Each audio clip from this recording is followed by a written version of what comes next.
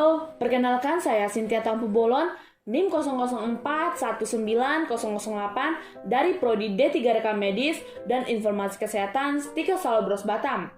Hari ini saya akan menjelaskan video untuk pemenuhan tugas pribadi, mata kuliah, metodologi penelitian program studi yang dibimbing oleh dosen pengampu Mem Masriani Situmorang.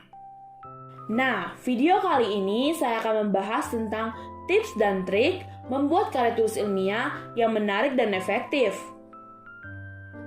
Karya tulis ilmiah, pasti kita tidak asing mendengar kata-kata tersebut. Karya tulis ilmiah memiliki 4 bentuk, yaitu makalah, artikel, tugas akhir, dan laporan penelitian.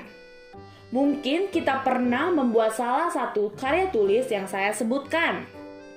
Apa sih karya tulis ilmiah? Menurut Eko Susilo, karya ilmiah adalah karya tulis yang dari penyusunannya didasarkan pada penelitian, pengamatan, dan pemantauan terhadap cabang ilmu atau bidang ilmu tertentu.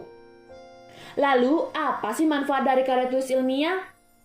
Yang pertama, manfaat karya ilmiah di dunia pendidikan berperan untuk memberikan pengalaman bagi penulisnya. Yang kedua, dari segi fungsi penelitian, tentu saja akan menawarkan variasi dan ragam model hasil penelitian.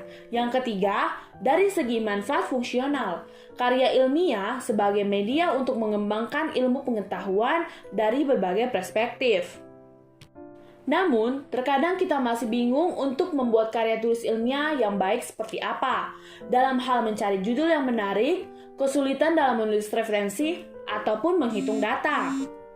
Namun, itu semua bisa kita atasi dengan menulis karya tulis ilmiah sesuai dengan aturan dan standar yang ada. Tanpa berlama-lama lagi, mari kita bahas tips dan triknya dalam menulis karya ilmiah. Yang pertama, menentukan tema atau topik penelitian. Penentuan topik ini sangat penting dalam penulisan karya ilmiah, sebab topik adalah inti utama dari seluruh isi tulisan yang hendak disampaikan kepada pembaca. Yang kedua, membuat kerangka penelitian. Kerangka penelitian ini berperan sebagai pemandu saat Anda melakukan proses pemenulisan karya ilmiah, supaya karya tulis Anda tidak melebar jauh dari topik yang sudah ditentukan.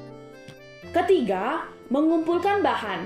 Pemilihan bahan yang relevan ini bisa dengan cara membaca atau mempelajari bahan secara sepintas serta menilai kualitas isi bahan. Anda dapat mencari bahan referensi bahan dari jurnal, disertai manuskrip atau karya terpercaya dan berkualitas. Keempat, survei lapangan. Langkah ini adalah melakukan pengamatan atas objek yang akan diteliti, menetapkan masalah dan tujuan yang akan diselesaikan dan dijadikan karya ilmiah. Langkah ini merupakan titik acuan Anda dalam proses penulisan dan penelitian. Kelima, membangun daftar pustaka. Ini tujuannya untuk mengetahui adanya suatu buku atau sejumlah buku atau pustaka yang pernah diterbitkan. Keenam, menyusun hipotesis.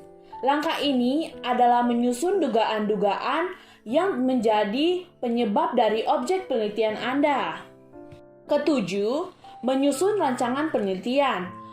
Rancangan penelitian merupakan kerangka kerja bagi penelitian yang dilakukan. Ke-8, melaksanakan percobaan berdasarkan metode yang sudah direncanakan. Langkah ini merupakan kegiatan nyata dari proses penelitian dalam bentuk pencobaan terkait penelitian yang dilakukan.